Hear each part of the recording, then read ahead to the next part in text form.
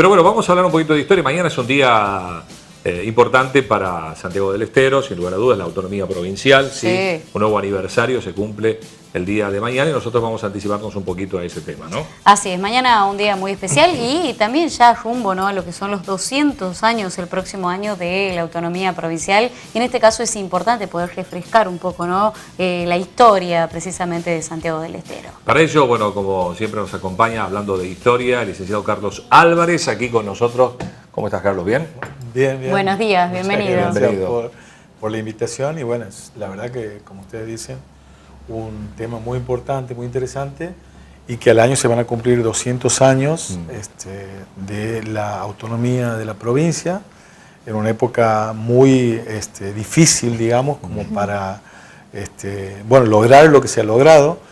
Y bueno, como te decía fuera de cámara, la autonomía se lo toma como un proceso autonómico, digamos, que arranca ya por 1815 con el primer levantamiento autonómico por parte de Juan Francisco Borges y que, bueno, haciendo un paréntesis, digamos, es el, por llamarlo de alguna manera, es el creador ideológico, digamos, de este movimiento autonomista, separatista, incluso viendo o leyendo algo que tiene que ver con Cataluña, que es, digamos, que es, esto está en boga en estos últimos años.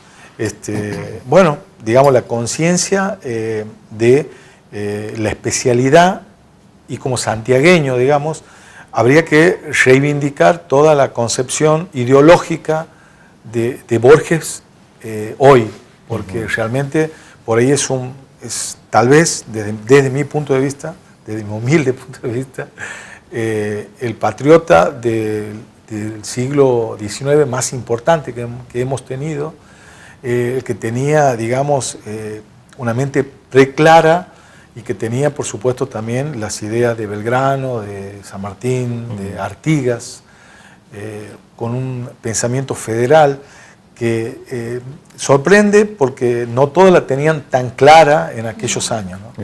De hecho, cuando en la Revolución de Mayo es el primero que se pone, digamos, de alguna manera la camiseta de la Revolución, compra y arma de su propio peculio los patricios santiagueños, que es el regimiento que se va a incorporar al Ejército del Norte y que, como te decía, o sea, muy pocos hacen ese tipo de movimientos y de exaltaciones a algo que era relativamente nuevo. Claro. Y no nos olvidemos que en 1810 había todavía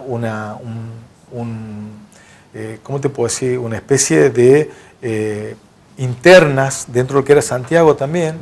¿Por qué? Porque había muchos que, por supuesto, no estaban de acuerdo. ¿Por qué? Porque había muchos españoles todavía que perdían los privilegios que gozaban de estas tierras. Y los criollos son los hijos de españoles nacidos sería en América, y que por supuesto había mucha diferencia. Pero sin embargo, Borges, como te decía, inmediatamente apoyó a los revolucionarios de Mayo. De hecho, hay un tiempo en donde Santiago, que dependía de Salta, lleva los pliegos de los revolucionarios a Salta, y cuando Salta, digamos, apoya a la revolución, recién Santiago se pone, digamos, de pie y levanta la mano a todos estos revolucionarios que, como te decía, también eran gente muy joven. Y bueno, así es como arranca la vida de Borges, y como te decía, este sentido federal hace que, siendo Santiago la primera fundada de lo que eran las Provincias Unidas del Río de la Plata, este sentido federal y de autonomía ya viene en el año 1815, es decir, 5 años después que 5 años antes que se declara la autonomía. En ese año, en 1815, depone al gobernador, que era un representante de Tucumán. Ya para aquellos años ya no dependíamos de Salta, sino que se había formado la intendencia del Tucumán, en donde Arauz era, digamos, como el gobernador intendente que se llamaba en aquellos años, y Santiago y Catamarca dependían de Tucumán. Borges, desoyendo todo tipo de medida, incluso a nivel nacional, en esa época gobernaba el director supremo, que era una especie de presidente, era un cargo novedoso para aquellos años. Acuérdate que había primero la primera Junta de Gobierno, después la Junta Grande, la Asamblea del año 13, el Triunvirato, y después aparecen los directores supremos. Era, digamos, lo que hoy es un ejecutivo, por llamarlo de alguna manera. Y desoyendo todo tipo de medida nacional, lo toma prisionero al gobernador y se autoproclama gobernador con el apoyo de muchos civiles. Por supuesto, Arauz manda tropas de Tucumán, lo apresan, lo llevan preso a Tucumán y después, era un tipo muy conocido, de mucho poder económico. De hecho, por eso le decía que de su propio peculio había armado un regimiento que era carísimo para aquellos años. Y consigue la libertad, se va a Salta, forma parte, junto con Moldes y Güemes, de la autonomía salteña. Era un tipo muy decidido, digamos, de armas tomar, digamos. Eso en 1815. En 1816, en pleno Congreso de Tucumán, él vuelve a Santiago y hace exactamente lo mismo que en 1815. Depone al gobernador con mucho apoyo popular, se proclama gobernador. Bueno, este año, en 1816, era distinto. ¿Por qué? Porque, digamos, la autoridad máxima de la Argentina, si se quiere, era el Congreso de Tucumán, que hacía poco tiempo había declarado la independencia. Lo toman a esto como una rebeldía, mandan 3 batallones a deponer, digamos, las acciones de Borges. Por supuesto, termina siendo detenido y termina siendo fusilado el 1 de enero de 1817. Digamos, ¿por qué es tan importante para lo que es la autonomía Borges? Porque justamente, digamos, pagó con su vida este sentimiento y este honor santiagueño, digamos, si se quiere, y sembró la chispa, por eso hablamos de autor intelectual. A la semillita. Exactamente, y por supuesto, y había directamente, después de esos años, estamos hablando del 18, el 19, hasta llegar al 20, una enemistad con todo lo que era tucumano para aquellos años, y tal vez de ahí viene esa diferencia. Incluso hay una nota de los vecinos de Santiago del Cabildo que le envían al director supremo, en donde dice que nosotros no tenemos nada que ver con la gente de ese país. Así más o menos dice la nota. Dice que por supuesto que nos diferencian todo tipo de quehacer con estas gentes. Entonces estamos hablando en 160 kilómetros, hablamos distinto, pensamos distinto, la idiosincrasia nuestra es distinta. Y para aquellos años, con todo lo que le pasó a Borges, había directamente, no digo un odio porque no sé, pero había un resentimiento y una enemistad total. De hecho, digamos, el último gobernador intendente que tiene para aquellos años, Echaurri, que dependía, por supuesto, de Arauz, de Bernabé Arauz, el tucumano, por supuesto, manejaban también, ese es otro tema importante, todos los impuestos los manejaba prácticamente Tucumán. Y convengamos algo muy importante.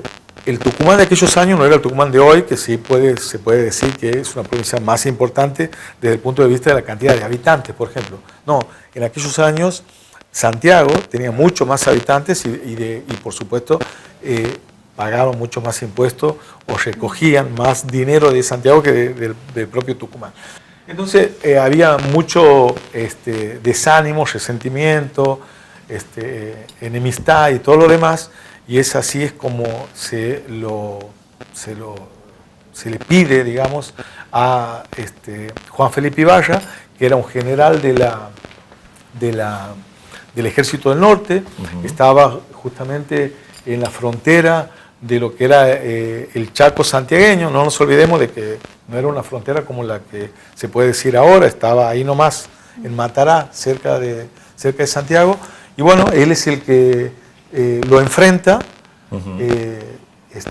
La gente lo declara gobernador por unanimidad, si se quiere.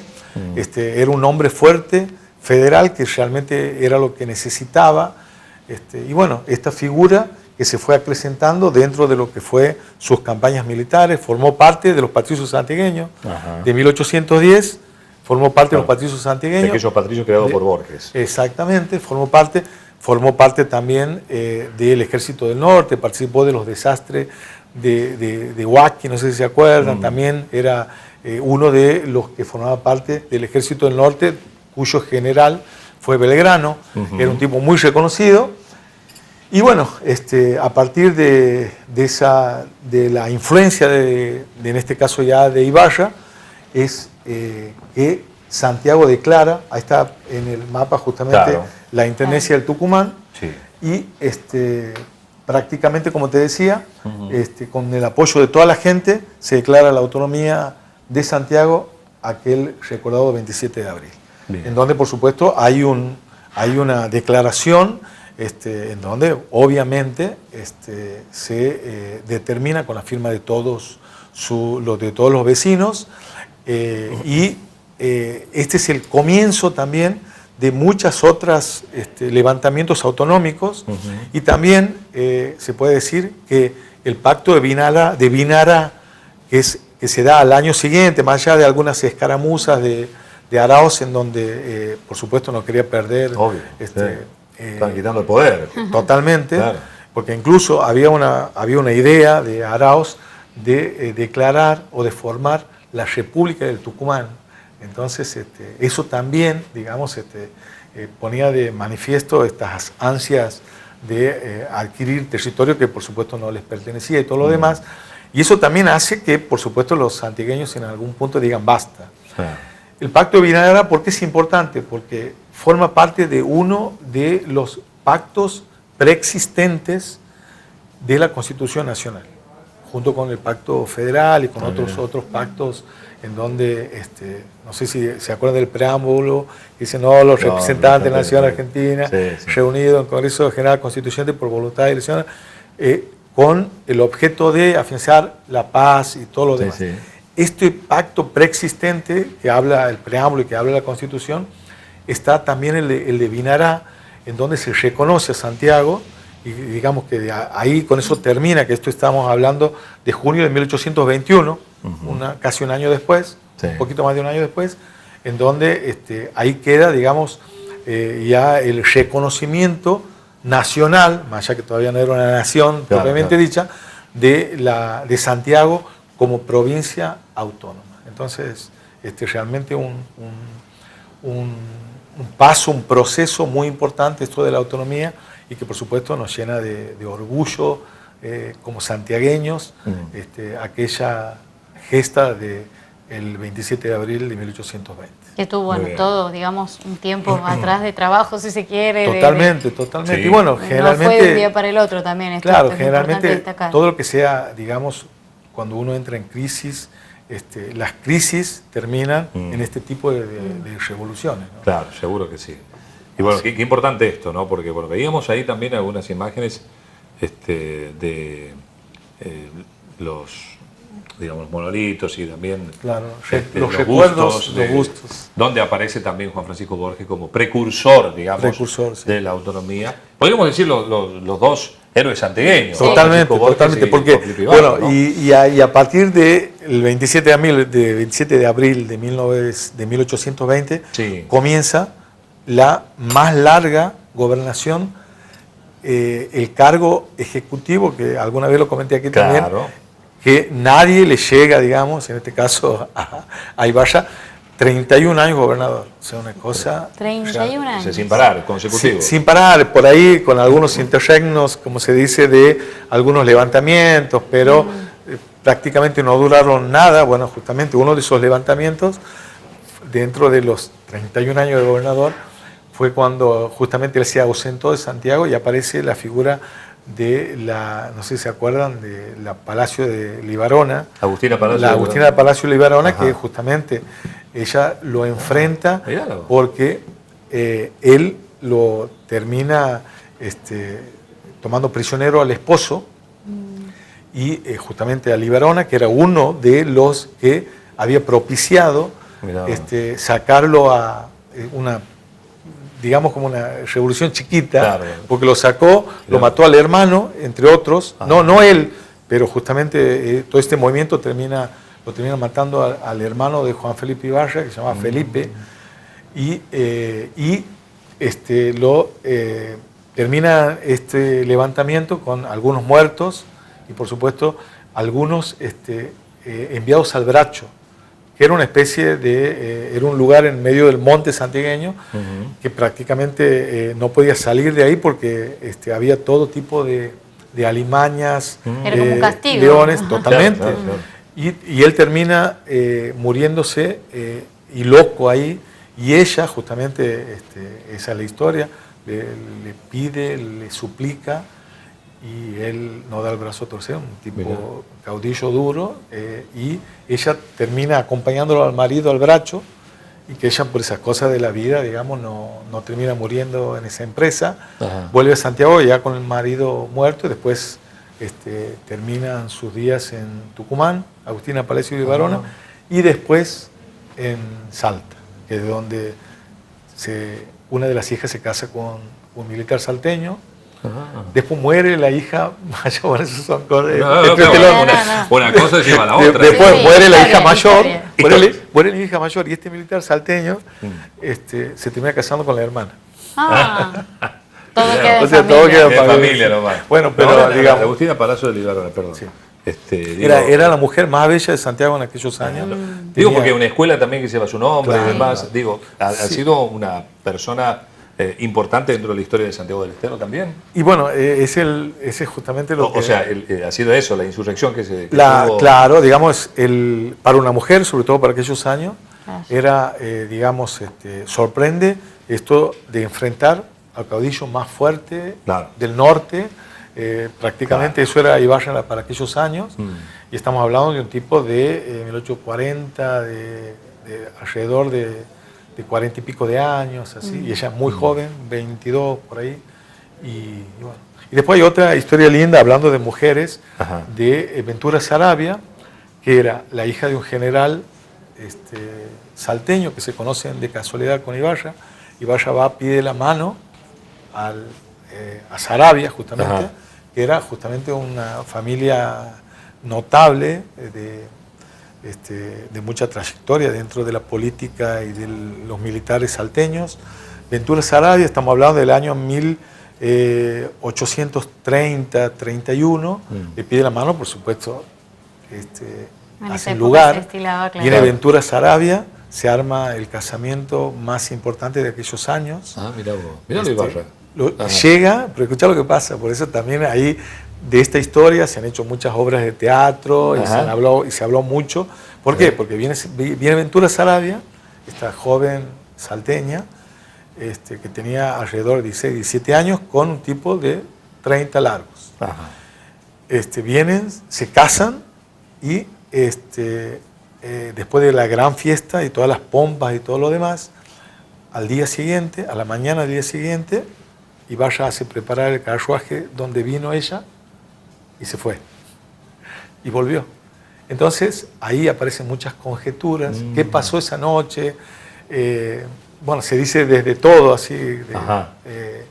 Ella le dijo que quería otro. Ella no era virgen. Ella nunca se sabe. Y se han hecho, como te decía, se tejieron muchas historias, muchas conjeturas, hasta obras de teatro en relación a esa noche, esa historia de amor, y él nunca se volvió a casar, más allá que se dice que tuvo muchos hijos extramatrimoniales. Un amor sin ventura. Exactamente, un amor sin ventura. Pero mira lo que pasa, cuando él en sus últimos años termina muy enfermo, ella vuelve y lo cuida los últimos meses de su vida hasta que él fallece. Mirá vos. Y bueno, y los Taboada le confiscan todo y ella vuelve pobre a su Salta natal, digamos. Mirá, qué bárbaro esa historia, y bueno, y ella con honores de primera dama, porque en esa época no existía el divorcio y por supuesto seguía siendo la señora del gobernador, ¿no? Así que bueno, una historia dentro de la historia rica de que tiene por supuesto Juan Felipe Ibarra, porque prácticamente en una sola persona estaba los poderes, así lo mismo que Rosas era Ibarra en Santiago. Manejaba la policía, de hecho él creó la policía, por eso es que la policía también lleva su nombre, crea la policía.